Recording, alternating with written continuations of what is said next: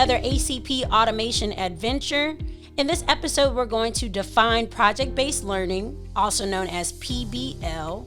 We're going to discuss the 3 domains of learning: cognitive domain, psychomotor domain, and affective domain of learning. We're going to also talk about the 4 C's of 21st century skills and how they relate to employer needs. And I think most importantly, teachers will receive information on how to structure their lessons in this PBL style.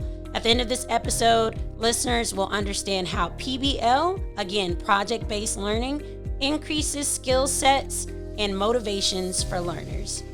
The teachers are writing down furiously.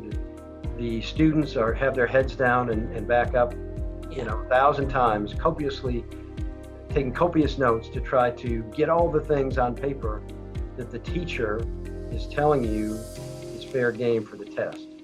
Yes. There's not a whole lot of learning that goes on there. It's really a whole lot of writing and regurgitation. That's not deep learning, right?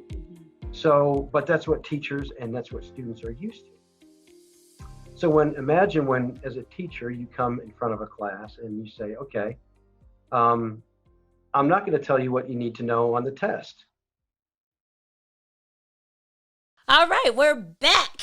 Welcome back, Brian. How's it going? Oh, it's great. Everything's great. Busy day, but good to be with you. Yes, it's always busy. And I started thinking, I'm like, it's always busy too for teachers. Thank God it's the summertime, but this phase that we just went through with COVID, with the teachers having to get creative and figure out how in the world they're going to keep their students engaged at home. And, I'm hearing this PBL, project-based learning. I've heard a lot of it lately, and I wanted to talk with you about it. What is PBL? PBL, it's one of my favorite topics. PBL stands for problem and project-based learning. And a lot of people may think that that's the same thing, but they're actually 2 distinct things, which we'll talk about in a moment here. But PBL is a very highly rewarding style of teaching, or what we use in education speak, pedagogy. It's a method to imbue in students high-level skills like the 21st century workforce skills that you hear a lot of, and the ability for students to communicate and collaborate. PBL really promotes that kind of outcome with students. And I'll share with you a screen. We do a lot of train the trainer events with the Best Center and ACP support at national workshops, in which we promote. The trainer, I'm sorry, what is train the trainer? Train the trainer is where you take educators in the same profession and you share with them best practices of how they might instruct, and teach their students at their respective schools. So part of our mission with the National Science Foundation Best Center, and truly part of ACP's mission, is to upskill instructional methods and practices, pedagogy again, in education speak, at the nation's community, technical, and university higher education, post-secondary education. So PBL comes up all the time. In fact, when I was doing my master's in education, PBL is what I chose for my thesis, because PBL, particularly at the community and technical college level, increases engagement and retention of students. It's been proven in very large studies that if you employ PBL in the classroom at community and technical colleges, because that's about the only place you can engage students in a school where you don't have students living on campus, that's the best method to improve engagement with the students and ultimately retain them, hopefully to graduate from the institution. So it's a very important topic. So let me share some slides with you from the Train the Trainer event we did. This was last year at a national workshop at UC Berkeley National Labs in California. So I'll start with this slide. Hopefully you can see it here. Yes, I see it. Okay. The slide is entitled PBL, Problem and Project-Based Learning. And the picture you see is actually a student who was engaged in PBL former students. One of them is a technical college student, and I know they're difficult to see. One came from a sister institution, Georgia State University, who was also involved in this project-based learning. In this case, they designed a solar tracking mount for solar panels, engineered it, designed it, did a little working model of it, really something. And we'll get into how that connects to project-based learning in a moment. But as I've stated, it's a proven pedagogy which promotes 21st century skill development, improves retention and learning outcomes for students. Project-based learning is an immersive instructional method whereby students create unique public products through collaborative efforts and in pursuit of a driving question or a challenge, which requires the students to employ research, independent research, and collaborate with their teammates to be able to solve that particular problem or project. And you see the Best Center logo at the bottom right there, this being a Best Center event where we trained our other instructors. So problem-based or project-based learning, what are the differences between the two? Well, in problem-based learning, the learning goals and outcomes are shared at the beginning of the exercise, and they typically are more well-defined lessons that you provide to students. So although there are multiple routes in solving the particular problem, the end result is pretty well defined and often focuses on one particular discipline with specific learning steps along the way for the students. These are typically case studies, scenarios. Think about medical school, okay? So we've all heard of the clinical phase that medical students have to go through. That's a classic example of a problem-based learning approach. In the 1970s, medical schools around the country were learning what we're learning today, that their students were not as engaged in the broad and deep content of medical studies, and they weren't developing the critical thinking necessary to be able to identify a particular root cause of illness, right? So they changed their approach to include problem-based learning, which became what's now termed the clinical phase of medical school education, where the doctors who would be coming out would be better prepared to communicate, to collaborate, communicate, but also to use critical thinking in determining what the real root cause of the problem is, and then prescribe some kind of antidote or curative agent, hopefully, for that malady. So that's where problem-based learning really got its start in the United States, is in medical schools.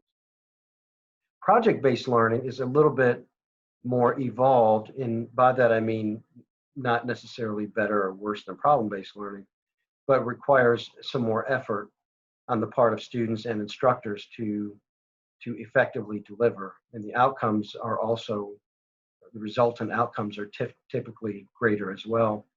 The learning goals are set for the project, but the project has no one particular definition for the end result. There's no one right solution. So projects result in unique outcomes, which is part of the fun of project-based learning. They're multidisciplinary, always multidisciplinary, because you want the project to be beyond the capabilities of any one student to solve themselves, which forces the collaborative and the communication elements of project-based learning and the fostering of those 21st century skills. There are general learning waypoints along the way where the instructor, instead of being a sage on the stage telling the students what they have to know to prepare for the test, they step back and act as a colleague, a supporter, a guide on the side, if you will, in getting the students through those waypoints of investigation to the ultimate realization of their selected project, which hopefully will meet the outcomes that are set at the beginning for learning that the instructor sets.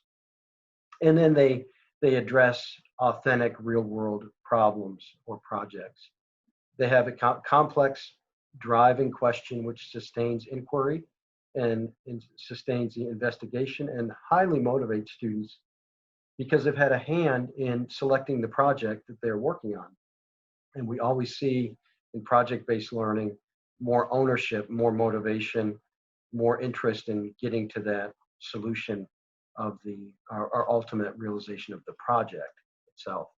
And I'll close with this on the definition. Here you see a subset of instructors, technical college instructors, largely from around the United States, who were assigned a project at one of our national institutes. This was maybe a year or two ago. And you can see the level of engagement. I don't have to describe to you. You look at how engaged everyone is, their focus is there, their motivation is there, they're excited, some of them smiling and communicating, and everybody engaged in doing the actual doing of pursuit of either inquiry or the wiring of their particular project. So that says it all right there about the value. The first thing I'm noticing is the energy, the excitement. Everyone is working together. They're focused, they're engaged. And essentially what you're saying is that these instructors or instructors like these in the picture will take this style of teaching and replicate it back into their classrooms. And essentially, is this how it would look like as well in the building automation systems laboratory? Yeah, this is indicative and representative of what you see with students.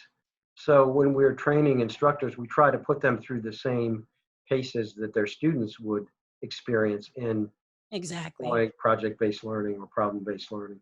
It's interesting, at the technical and community college level, many of the instructors are hired because of their technical acumen and not necessarily because they are trained as educators. So when you present a new model of teaching,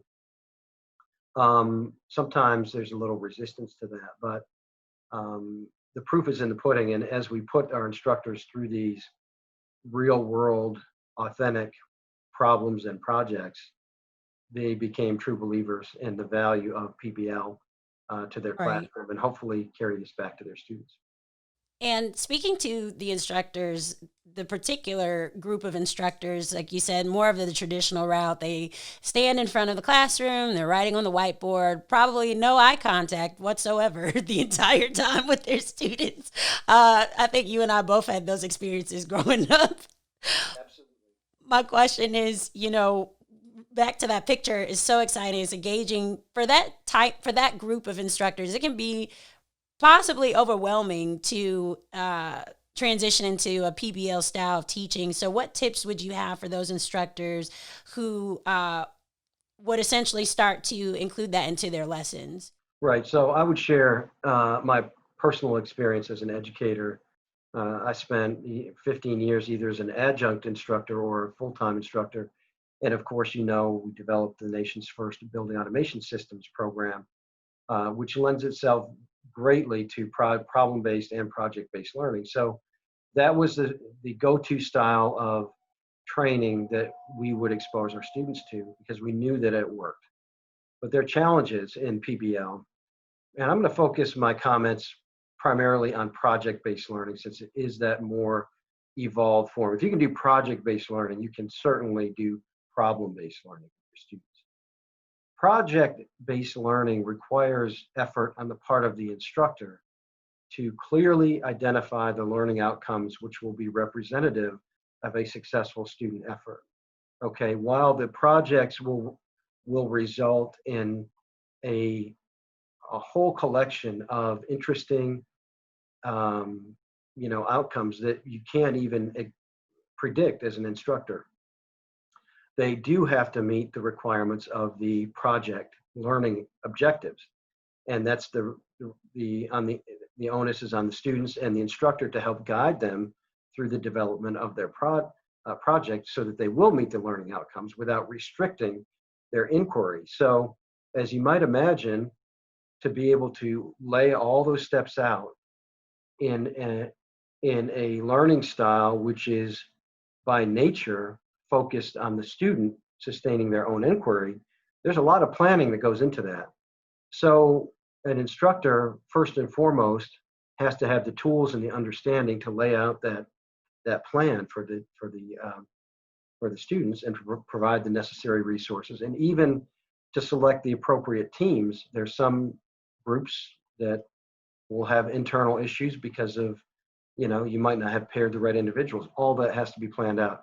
Through ACP and the Best Center, we've taken a lot of pains in providing templates for lesson plans specifically for problem and project-based learning. And then all the lessons that we provide in the train the trainer exercises have been codified so that the instructors can take them back to the classroom. So while that is a challenge, we're trying to help the instructors deal with that challenge by making it easier on the planning side. But planning is one of the big challenges. Number two, the other big challenge is the reception of the students to PBL. It's a different style and approach than what most students are used to. You started out this segment by relating your experience as sitting in a classroom where you're being taught by the instructor. They're writing on the board, perhaps a whiteboard or a smart board, or in my era, a chalkboard, about the things that you have to learn to be able to pass the test, right? Mm-hmm. So the teachers are writing down furiously. The students have their heads down and back up, 1,000 times, taking copious notes to try to get all the things on paper that the teacher is telling you is fair game for the test. Yes. There's not a whole lot of learning that goes on there. It's really a whole lot of writing and regurgitation. That's not deep learning, right? Mm-hmm. So, but that's what teachers and that's what students are used to. So imagine when, as a teacher, you come in front of a class and you say, okay, I'm not going to tell you what you need to know on the test. That's a problem right away for a student, right? That's a problem. Let's just be honest. That's going to create problem number one. That's problem number one. Okay, I'm not going to teach you what you need to know on the test. What? Yeah. Okay, that's a change. Then number two, you're going to be guiding your own development of skills and inquiry, and you're going to select your own project, which makes you become now creative. Mm-hmm. Which a lot of students, and I know, I get it. You're tired, you go to class, and you just tell me what I need to know to pass the test, right? Yeah. I'm not going to tell you what you need to know. In fact, you're going to develop what you need to develop to pass this course through creative, collaborative, and communicative effort with group members. Mm-hmm. Whoa, those are all kind of anathema to students, right? I got to work in a group. I got to work with a student who might not perform. I got to be held accountable. I got to create something. And then I got to be able to communicate that unique work product to an audience, another big fear of students. Especially adult students. I think you mentioned that earlier. I can see that pushback being a lot there. It's a strong pushback. So we even have received pushback when we try to take educators through PBL exercises, but they become believers when they see and we prove to them that they retain more, that they've developed more skills, and that they will remember what they learn. So once you get the students, you have to be ready as an instructor to have those answers available. Why are we doing this? I'm paying you to teach me, right? Oh, we're teaching you, trust me. We're going to teach you in a new, innovative style, which has a lot of history and proof that it works. But we're going to make you be a willing participant in this, or sometimes unwilling participant at first, and take ownership of your own education. And that's where has been shown ever since, Dewey, who was an educational theorist early in the 20th century, and even before him, they proved this time and time again, that active, participative learning in a group setting where you communicate and actively engage provides the best educational outcome. So that's number two. The biggest thing you're going to get as an instructor is the pushback. Good news. Once the students get engaged and into their project, they take ownership so quickly and they become so motivated because they're interested to see what that project's going to become. And then they want to share that. And so the hurdles and the issues that they had in the beginning, of not wanting to share, not communicate, collaborate, they fade away so quickly into an environment and a picture like you just saw. a Mm-hmm. group of individuals who are focused, motivated, pursuing their own, taking ownership for and pursuing the answers to their own questions, and then developing some kind of end product that they can share publicly. So those are the two main challenges in executing PBL. Once PBL is developed, and Mm-hmm. once an instructor takes a course, a student or a course through that exercise, it becomes a lot less difficult for the instructor. It's easier for the instructor because the instructor is not always having to get in front of the classroom and write on the board. Right. It Or feel becomes like they easier have for to both. perform and Absolutely. mm-hmm. You got it. So, yeah, those are the two, as I see it, the two greatest hurdles in why PBL is not being employed more by our instructors across the country. Those are really good tips too, Brian, in how to overcome those challenges within the classroom setting. So I'm wondering how can teachers and parents support PBL at home, especially during this time with COVID? Sure. PBL has been around for a long time now. In K-12 in particular, it has pretty deep penetration, and there are a lot of lessons available, freely available out there online. Of course, at the community technical college level, we at the Best Center and ACP, we're two different organizations, but we're closely aligned with our efforts and work together closely, of course. But we have freely available exercises for building automation um, instructors in particular that we share and we continue to build upon. So that's a place where instructors can go, and then if they have some equipment they can send home with their students can be working in projects, on projects together. Um, there's a good bit of content out there online. I would point people first off to that content that's out there.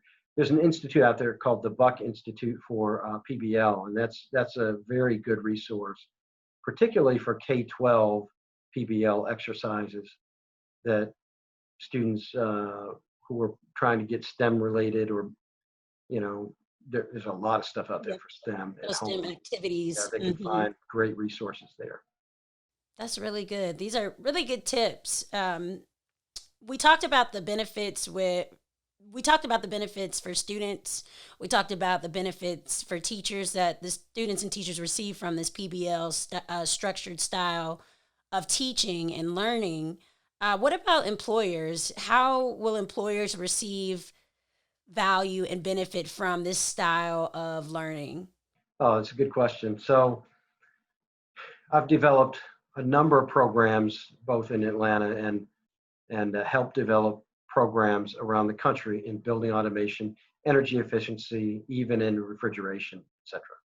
And the first step in establishing a new program of study at the college level is to do a what we call a DACUM, or a research study, where it stands for designing a curriculum. Okay, that method and approach, which was first founded by Ohio State in the 1950s, who are absolutely the best at doing it.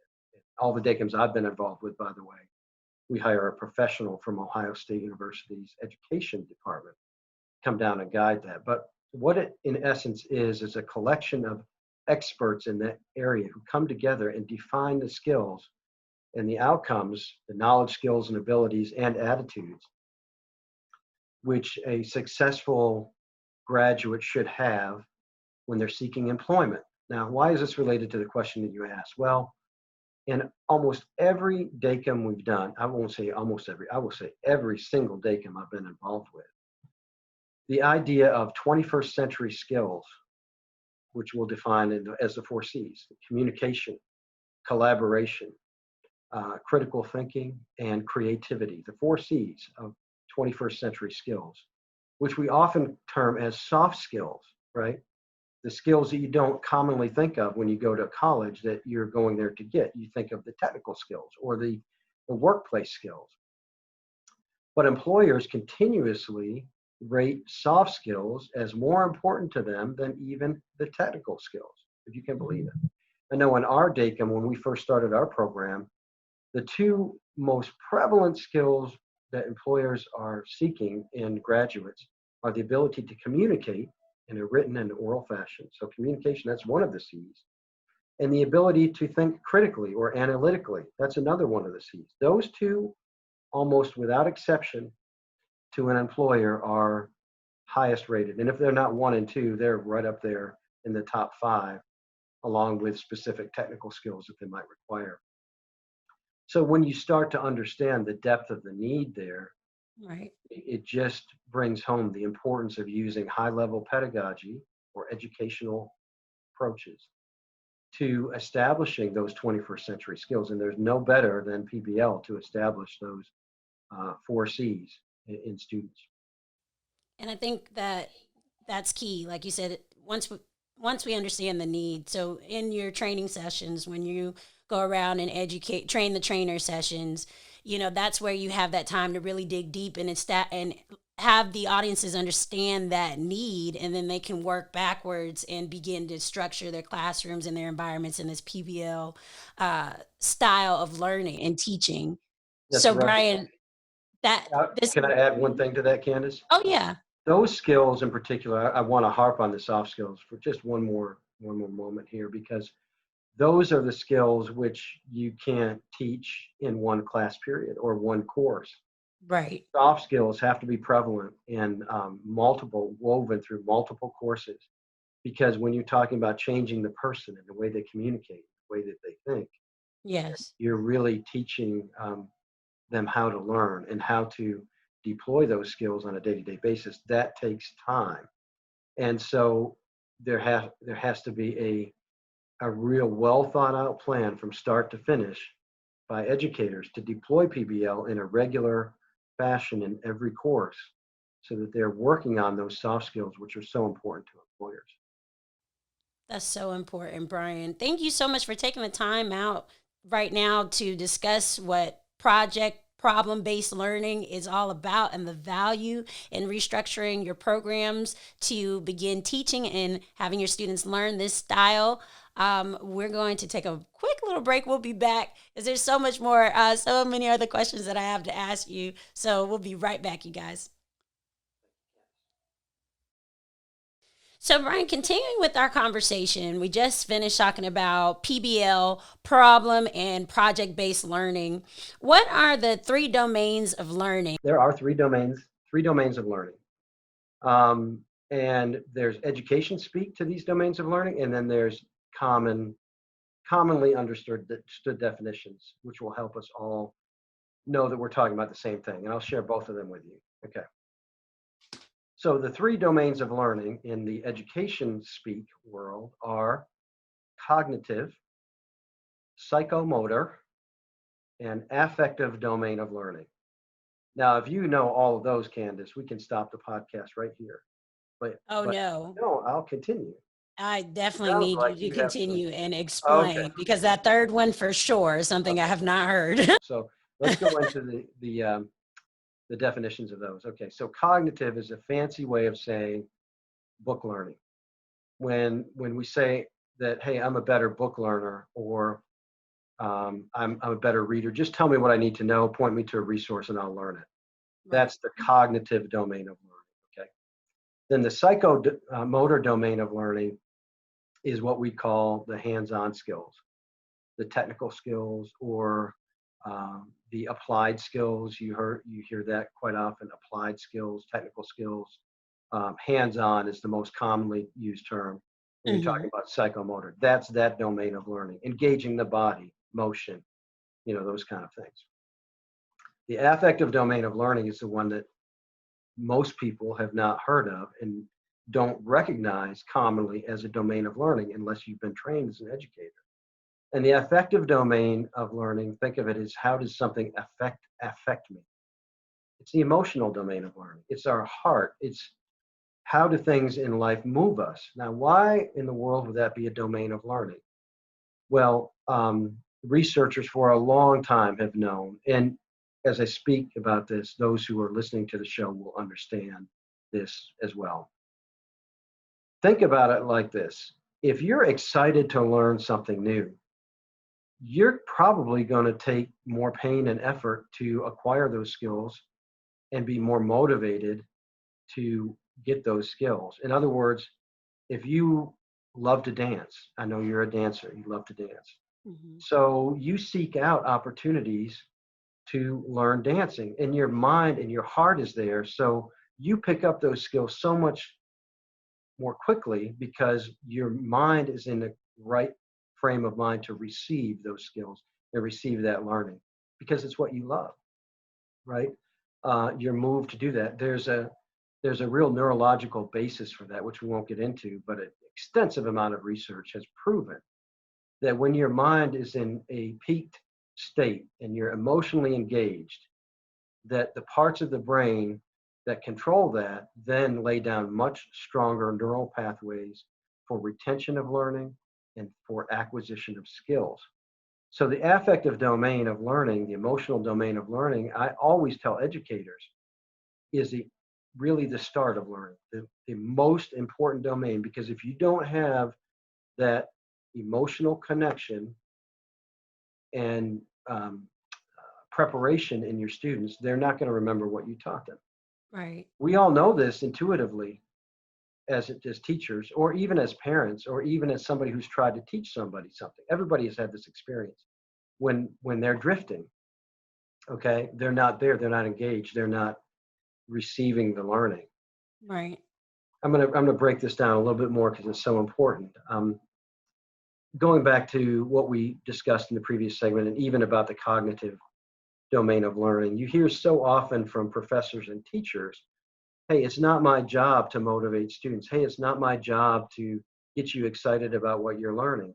Hey, it's not my job to be an actor or whatever. It's my Right. job to just present the material. And to that I respond, if it's not your job to do that and to motivate, you're not doing your job, period. Hmm. Because it's your job as an instructor to use all the means at your disposal to get your students to learn and acquire skills. And that always Right. includes an element of becoming an actor and becoming somebody who, in education speak, hooks their students at the very beginning of the lesson with something interesting, something that moves them on a human level, on an emotional level, that Right. gains their interest. Even if they're not Right.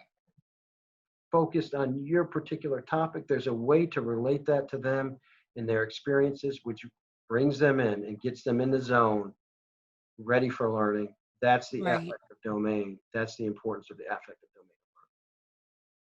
I think it's a shame too that sometimes, we run into, like you said, that response from educators will say, it's not my job to do X, but it's my job to teach.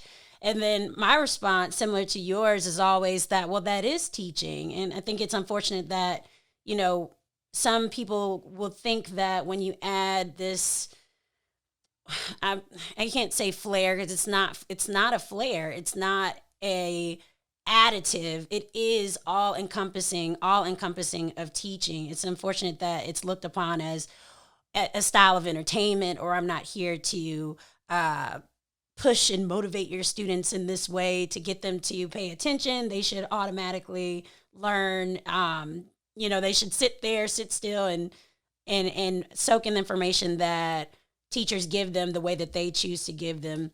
I think that that's unfortunate, and what you're saying is really important. Why do you think though that affective domain isn't as widely known and discussed?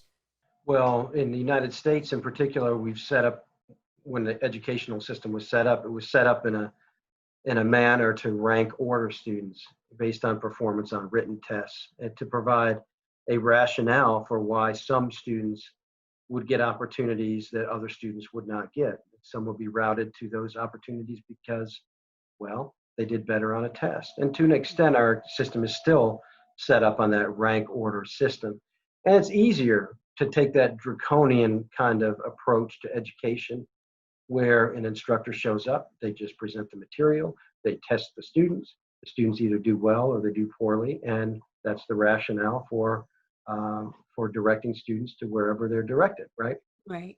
It's unfortunate though because we don't live in that society anymore. We live in a society that's supposed to be open and provide equitable. We know it's not true, but it's supposed to provide equitable education for everybody.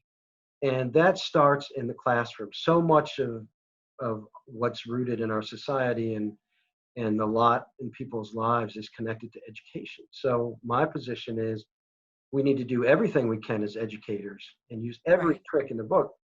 I won't even say trick, every established theoretical approach which is proven to be effective to teach our students if we're truly invested in their success and equitable opportunities. And instructors Right. will deploy these methods. And I'll finish with this one thing, not to get too theoretical here, but I'm going to bring a little theory in because it's a very important topic to me. We are socially designed creatures. You know, whatever you believe, you have to acknowledge that we are meant to communicate. We're meant to be in communities. We're meant to be in families. We're meant to share our experiences. And if you think about the root word of that community communication, it's commune. It's having a shared set of experiences. Okay, why do I bring this up? Educational theorists, I mentioned, I think, John Dewey earlier, Kilpatrick, you name it, going back to antiquity, always understood that to really teach somebody something or to really learn something, you have to do that in some form of a community or some form of communication, which involves community, a sharing between individuals and a valuing of what's been shared in the broader community, right? That's what brings in the heart element. That's what brings in the human element. That's what truly has to happen in a classroom for real learning to take place, is that communication, that commune, that community of practice. It's all related to the same root word and concept in communication and sharing with one another. If that's not happening in the classroom, real learning is not taking place. Right. And Brian, out of the three domains that you just explained, which ones are commonly being used and which ones are being neglected? Yeah, that's another, it pulls on the same kind of thread which we've been discussing here. So cognitive is the easiest. Okay, Hmm. cognitive is layered in commonly into 6 levels of depth of acquisition of skills in that domain. The psychomotor is organized typically into 7 levels, and then the affective domain is, I don't even, there you go, I don't even remember, and I'm a trained educator. Okay, I think it's 5, Gotcha. there might be 7 levels of depth in that particular domain. The cognitive is by far and away the most deployed Hmm. means and domain of learning because it's easy. It's Right. easy for an instructor and a student to understand, hey, these are the things you need to know. So let's list them out and let's test you, and there you go. Um, a psychomotor evaluation is somewhat more difficult because you have to establish some means of performance standards that have to be to some level subjectively assessed by an instructor to say, oh, okay, we had this student, the assignment was to braze a number of fittings together in, Right. in a seal tight, airtight or watertight, fluid tight type of arrangement. Well, that can be somewhat subjective in nature, right? For how that's assessed, the performance on that. So that's a little bit less used. Even in technical schools, it's less used than in the cognitive domain. The domain that's rarely addressed is the affective domain. And this Hmm. is something I preach on at our workshops and nationally. Actually, I've written some white papers on this for uh, the American Association of Community Colleges, for instance. The most commonly neglected domain of learning is that affective domain of learning because it's hard to quantify how you impact somebody in the emotional domain. So educators typically don't even deal with it when they're writing their curriculum and the learning objectives and outcomes for their curriculum. But they need to, Hmm. because if they can include those affective domains of learning in written form in their curriculum, they're much more likely to address them in their lesson planning, if they're doing lesson planning, and um, and then think about how they'll impact emotionally their students along the way.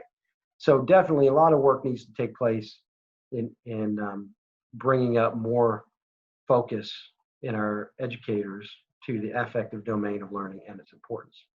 So, Brian, that was some really good information. You explaining the cognitive domain, the psychomotor domain, and the affective domain of learning, these three domains of learning. What I'm going to do is take a break now, and we're going to get right back to it in just a moment because I have some questions of something that you mentioned earlier about the skill sets that are necessary for the 21st century. So, we'll get right back into in just a moment. So, Brian, something you mentioned earlier, we were discussing the skill sets that were needed for the 21st century. What are these 21st century skills that you think that students are needing to know in order to be better prepared for the workforce? Yeah, that's a really good question. The style of learning, there's a lot that's been said about our young people are learning differently. They're exposed, and it's a lot of it's true. I mean, they have a level of technology that we didn't have in my generation. They have all kinds of distractions, et cetera, et cetera. But it's interesting. The skills that employers most list as 21st century skills are the four C's. Okay, communication, collaboration, critical thinking, and creativity. And one could argue that on the creativity side, perhaps there are some advantages to being highly stimulated in a digital space or whatever. But one would be, and even so, I would say, let's see, communication, critical thinking, creativity, collaboration. Collaboration. Okay. I would say one would be hard pressed to say that the other three are being fostered um, due to the technological revolution, let's just say, right? I see. It's been well reported and documented that we don't communicate as well as we used to. I know firsthand that this is true as an educator, that the students that I would see year after year, after 15 years of teaching either as adjunct or full time, would have more and more problems as time went on in communicating effectively, both in a written and oral fashion. Number two, the collaboration, right? Young people today may be collaborating on games and getting online, but the true nature of collaboration maybe is not being fostered the way it should there. And certainly, the critical thinking comes up time and time again that we're having a hard time fostering critical thinking skills in our young people and our students. Educators at the college level know this is a fact because anybody who's taught for a significant amount of time at the collegiate level knows over the last couple decades what we're receiving as far as students who are purported to be able to do college level work. The numbers of those students in percentage is going down, and all studies are showing this. This is happening juxtaposed against a time when these skills are in most demand by employers. So think about that problem there, right? We're not teaching young people the exact skills that Yeah. they need, which employers are saying that they need most highly and most acutely in new employees. So there's a disconnect there, and that disconnect has all kinds of ramifications, right? Employment ramifications, engagement in college, and being able to perform well in college, and being retained as a student. If they're not teaching these 21st century skills, they're more likely to be not engaged at community and technical colleges and more likely not to graduate and to fall out. So, it's a big issue. The four C's of 21st century skills are a big issue today. The good news is that institutions who are deploying more PBL exercises are having greater success, just as the medical schools did who deployed it in the 1960s and 70s, in seeing more highly developed critical thinking skills, communication, collaborative skills in particular. So it's something that we need to keep talking about, and we need to continue to work on if our students are going to acquire these skills and be ready for employment.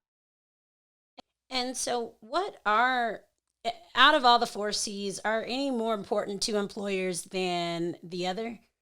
Yeah, you probably, from educators, you probably get a somewhat varied response to that question. But in my mind, yes.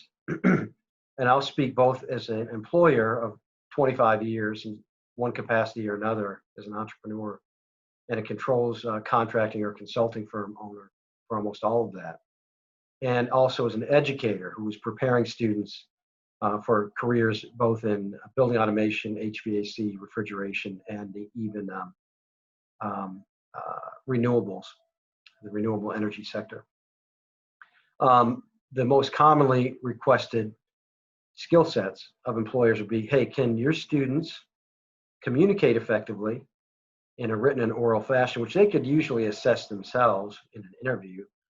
But they'd always ask me that question. And hey, can they think? Are they critical thinkers? Are they problem solvers? And I know as an employer, I never wanted to hire people who could not think.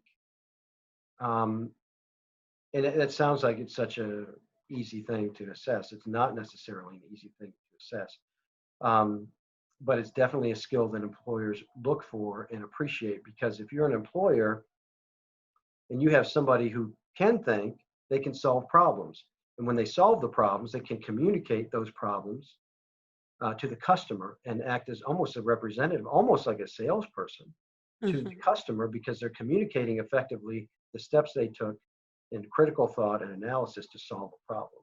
Right. Those are extremely important skills to have.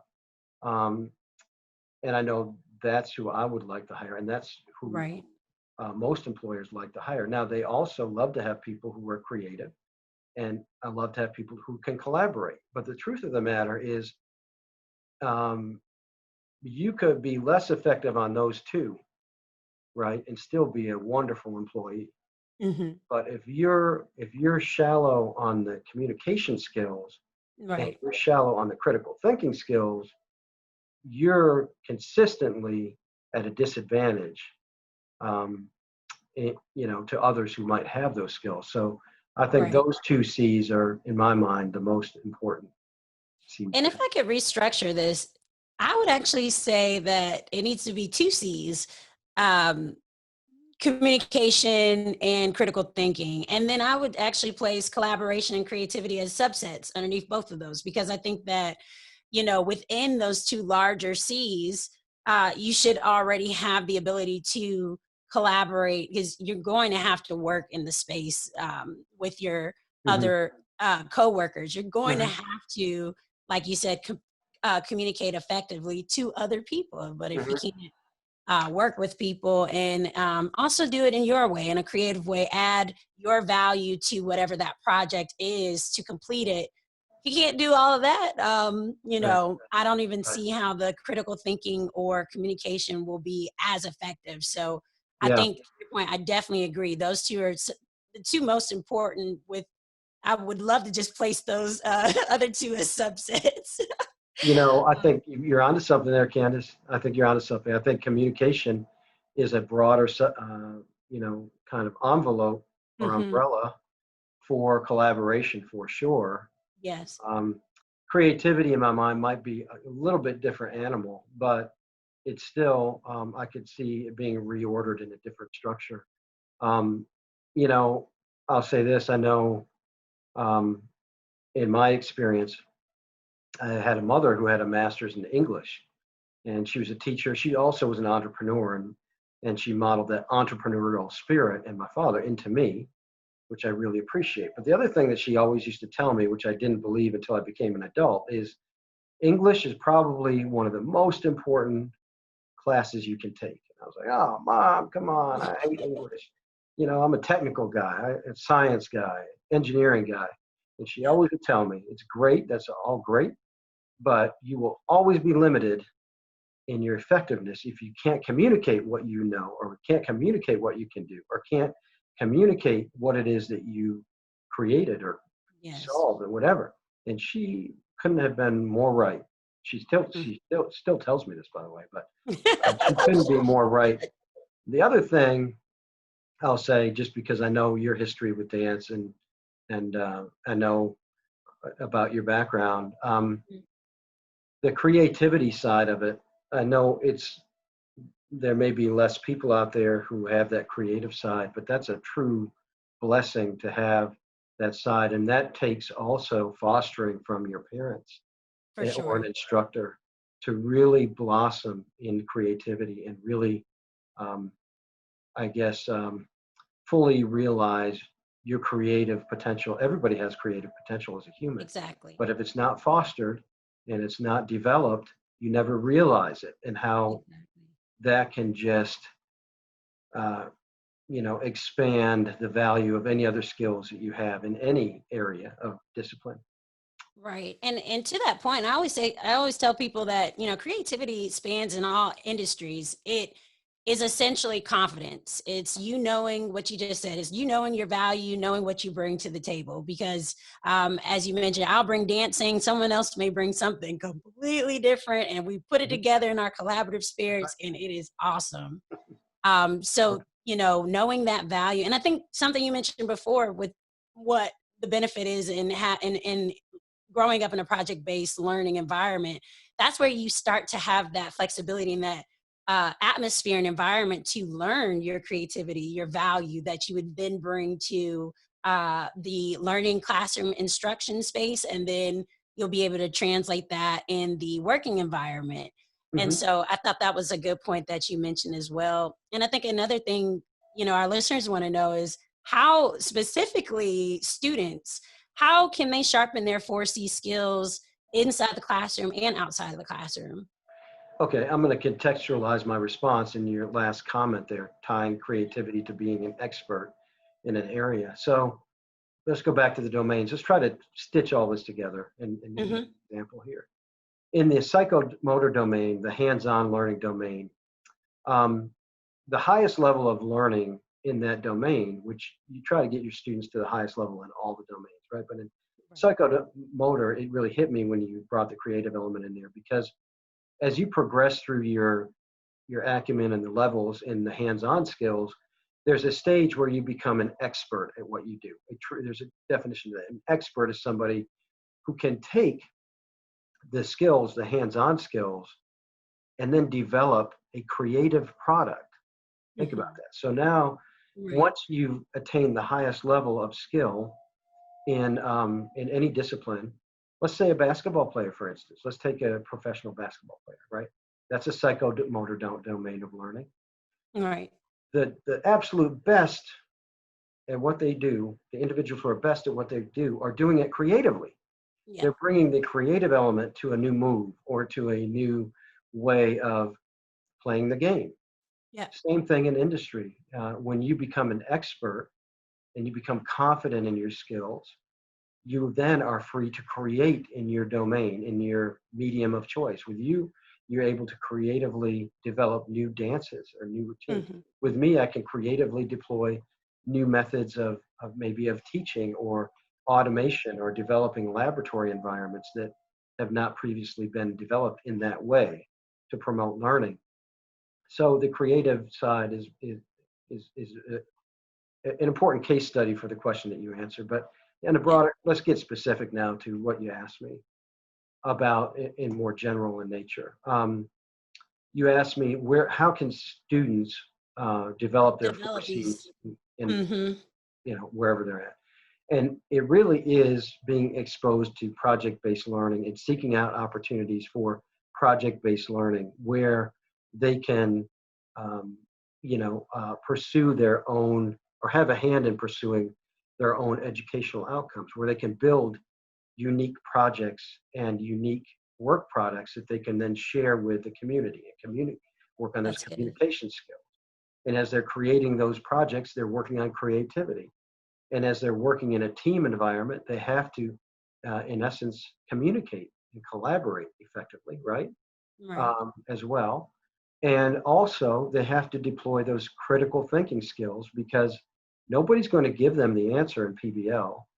The answer um, has to be attained through sustained individual inquiry and research on the student's part. That involves critical thinking.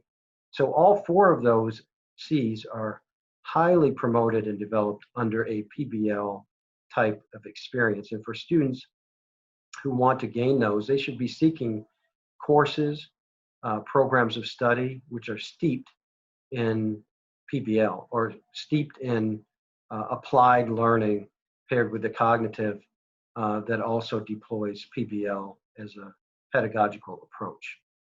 That's good. That's good. You mentioned earlier that your mother imposed upon you the importance of English, that being a very important skill that, um, communication being one of the four C's. So, Brian, I'm assuming that you took her advice and you took your English courses very serious. I'm wondering if you can share with the listeners, what are some ways that you have in the past or that you currently still continue to improve your own four C's skills? Yeah, so when you teach something, okay, there's knowing something to a certain level, and then there's the level of teaching it to others. And when you teach Yes, something to others, it's a difference, right?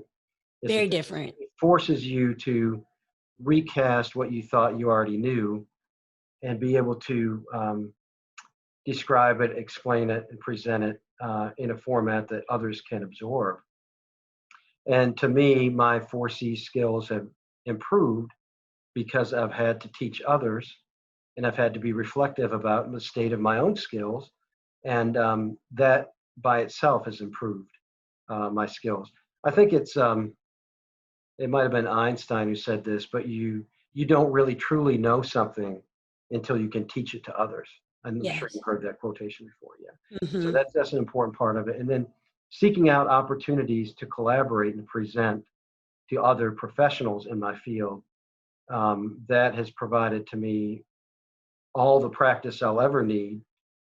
And you can always improve, but all the opportunities for practice, let me say that, which I'll ever need in training a national cadre of instructors, or holding specific webinars on specific topics, or presenting at national conferences on specific technical topics, or Yes. general topics in education, or automation, you name it. That continuously provides me the opportunity to work within a community and develop those skills of Yeah. 21st century skills, which are so important. And taking the time to talk with me today about the four C's. That I'm sure is helping you as well develop your four C skills even further. I know it helps me every time I'm on this podcast.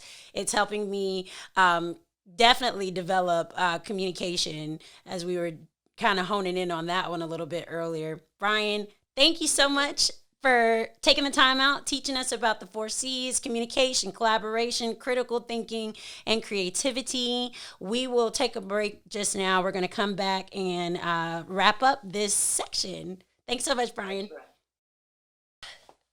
All right, Brian, welcome back. Welcome back.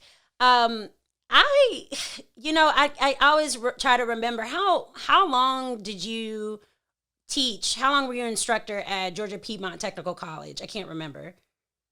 Yeah, sometimes I can't remember either. I started teaching when I was a young man in my 20s, and I had a company at the time. But in the evenings, I thought it was important because of the value of technical education, and traditional education to me was great. So I basically volunteered. I got paid some small pittance, but it was nothing like I was making in my job. Hmm. But I taught in the evenings in the air conditioning and HVAC program. We had a little commercial HVAC too in the program at the time. Starting in, gosh, that must have been 1995 or 1996, probably before you were born, I'm guessing, or Yes. right around. Yeah. Oh wait, 95. No, no, I was there. I made it. I'm born in 92. 92. Okay, so you were a little one at the time. So I was Yeah. teaching then, and then as I developed my business, I continued to teach, and became, I guess, I started teaching the first controls class in Hmm. 2000. I donated a lot of controls to the college, and yeah, I think I even have a picture back here of that. Here you go. Um, I'll show you an interesting picture of me when I had hair. Oh, this is That, good. oh no, I don't know. Oh, bring it a little closer. Oh, there he is. There Oh, Brian. No it is. way. Yeah, that story was written back in, I think that was in 2000, after I had made a significant donation to the college um, of controls equipment. And to our knowledge, that was the first formal controls class ever in the United States on automation in the college. That's 20 years ago, right? So as I was continuing to run my business, I would maintain that connection and teach when I could. And then I had an interest in hiring those students too. I must have hired more than a dozen students from that program Wow. before it became a degree program. And then starting in 2007, after I had sold my business, I started teaching full time. And that's when we formally developed the building automation program, which was first in the state and first in the country. The commercial refrigeration program, which was first in the state, became a state standard as well. And then the Green Technologies Academy, which brought in a number of renewable courses that led to a certificate, a 5-course Right. certificate. But the other two were and actually are state standards for Georgia and formed the basis. I know the automation program formed the basis for the Best Center being awarded a national high-level funding center to disseminate that program to a national audience. And now we have more than 100 institutions doing that. So long, windy answer to your question, but I've been teaching either part-time or full-time since 1990. We'll just say 1996 to be conservative. I think it was 95 since 1996. 1996. So that's over about 15 over that about 15 years plus you've been instructing. I think you're missing a decade there. I think that's 25 years. 25. Oh, I definitely missed a whole decade. Quarter century is either a I'm instructor really or showing I'm really showing your age and I'm really showing my age. it's been a long time. I've come across a lot of students, and now most of who I teach are other instructors around the country. I still do guest Right. lecture at GPTC. I've guest lectured at Georgia State University, Mm-hmm. informally. So Right. Teaching doesn't stop. Mm-mm. It's never going to stop. And I'm glad you gave us that background, because the question that I want to know is, in that environment of you being an instructor, you can talk towards GBTC specific or any other environment, but as an instructor, can you give examples of how you saw project-based learning motivating your students and providing them with with necessary skills? Yeah, so let's just use building automation. That's a prime example. Building Okay. automation is a centerpiece of the Internet of Things. You've heard that term IoT, the Internet of Things. It really is just connecting the real world to the digital space. Hmm. That's what building automation does. It takes sensors and devices in buildings from renewable resources, from your power meter or your power company, from security systems, from HVAC control systems, energy management systems, you name it. And it collects all that information to one central, digital virtual uh, space under some kind of software management platform. Okay, so it lends itself very well, being the central nervous system of buildings and colleges and whatever, towards project-based learning, because it provides a window of information for students to assess and analyze and propose energy conservation measures or energy efficient measures, which could be then deployed on the campus environment itself. So in 2008, the state was going through a budget crunch because of the recession, et cetera, et cetera. And I was a full-time instructor at that time. And unfortunately, there was a cycle of RIF, reduction in force, at the institution, because where instructors had to be let go because the funding from the state just wasn't there. Well, I noticed at the time some real significant inefficiencies at the college. Every institution has these inefficiencies. Any energy auditor or automation professional will tell you that no building out there I don't care where it is being run to optimal conditions. And very much less so buildings where there's not a focus on energy management necessarily. So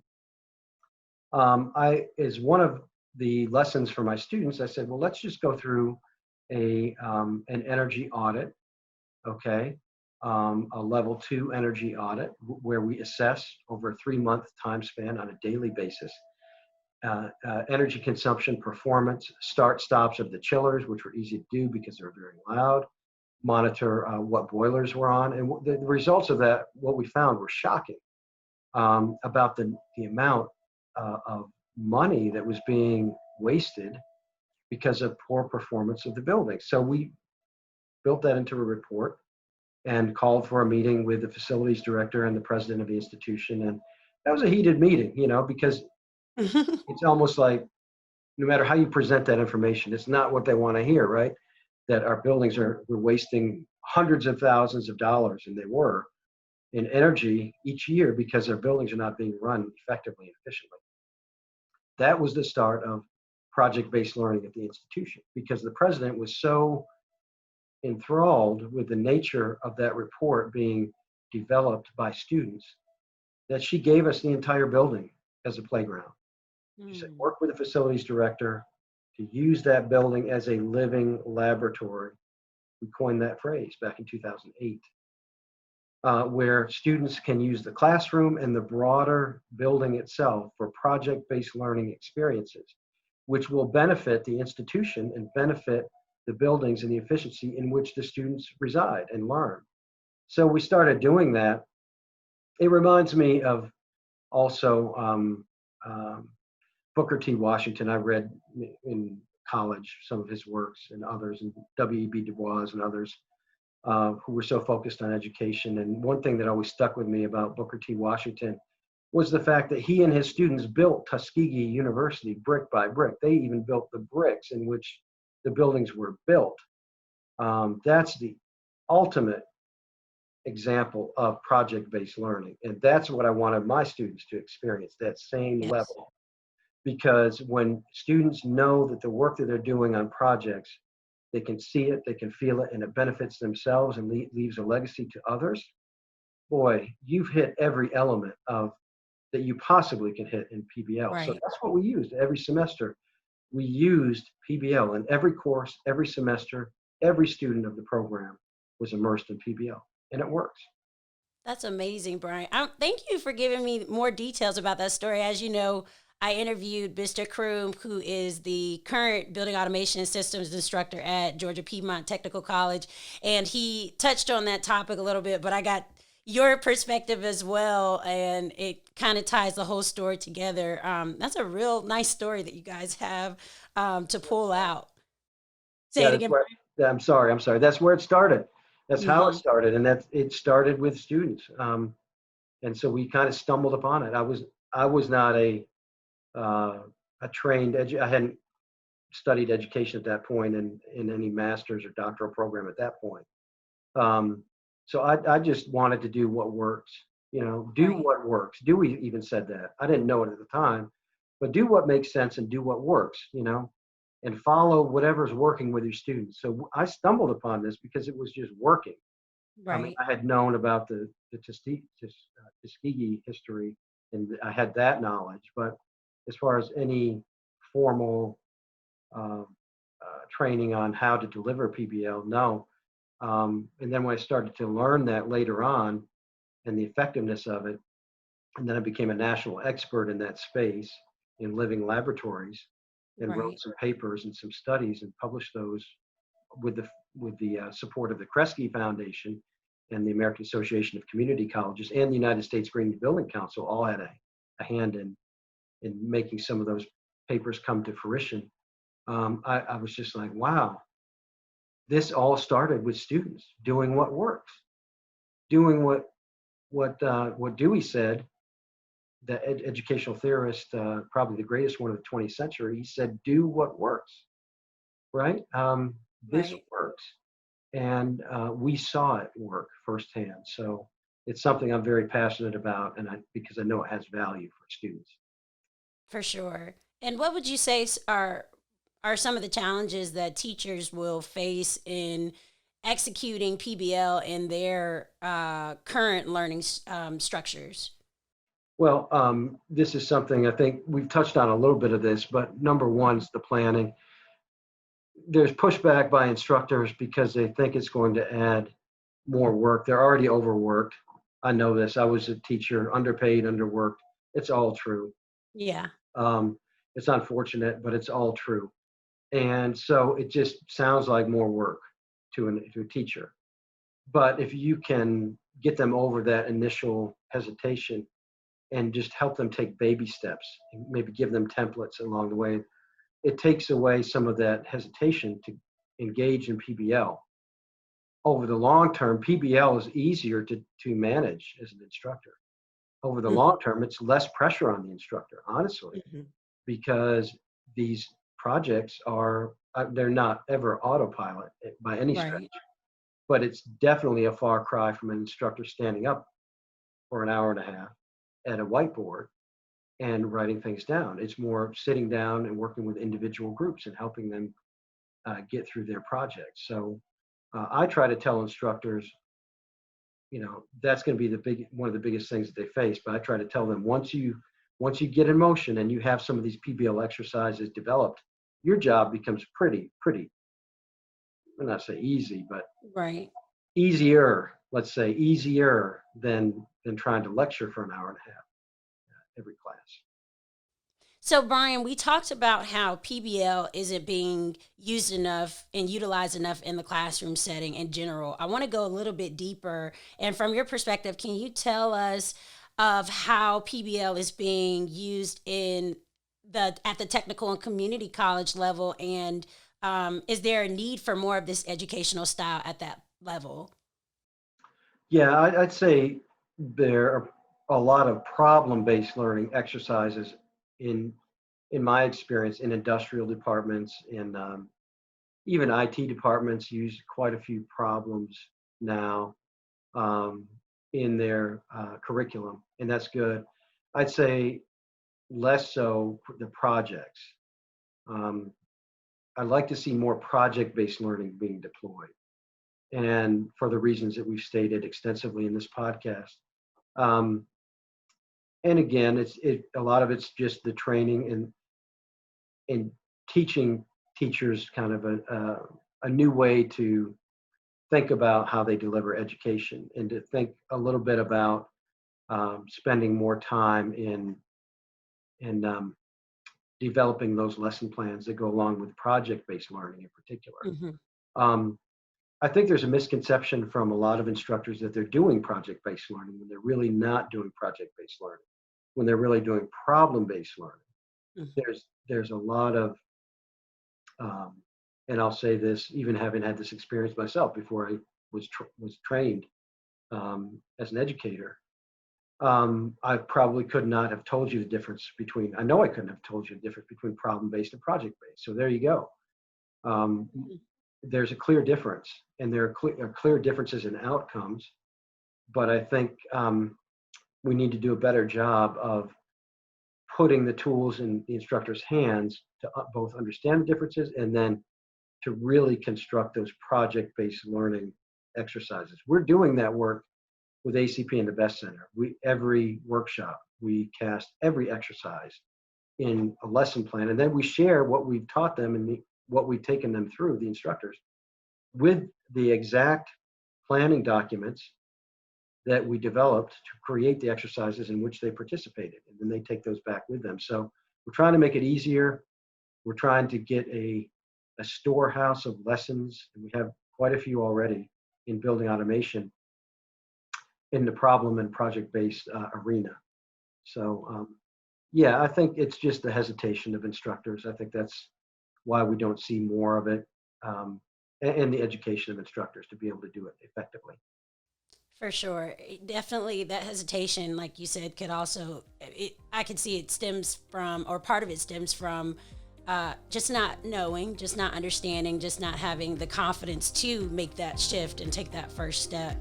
But Brian, I think that with listeners hearing all of the tips that you've provided with us and how problem and project, but focusing more on the project-based learning, increases these skill sets and motivates these students. I'm hoping that with all the information you gave surrounding that topic, that is going to help increase the confidence and for these instructors to be able to take that first step. So, Brian, any last words? I've had you here for a while with lots of my questions, and I appreciate you, but any last words before we kind of conclude this segment?